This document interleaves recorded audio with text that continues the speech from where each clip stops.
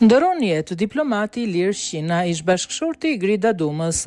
Ka ndëruar jetë diplomati Ilir Shqina, lajmin e ka bërë me dije politikania shqiptare Majlinda Bregu në një postim në rrjetet sociale. Në një status në Facebook, Bregu shkruan se me Shqinën është njohur kur kam punuar të dy në të njëjtin universitet. Sapo mora lajmin e trisht për ndarjen nga jeta të Ilir Shqinës. E kam njohur Ilirin kur të dy ishim pedagog të rinj në universitet dhe më vonë pata fatin ta kem pranë si këshilltar diplomatik në Ministrinë e Integrimit Evropian në vitet kur Shqipëria përballi një nga fazat më të rëndësishme të procesit të antarësimit në Europë.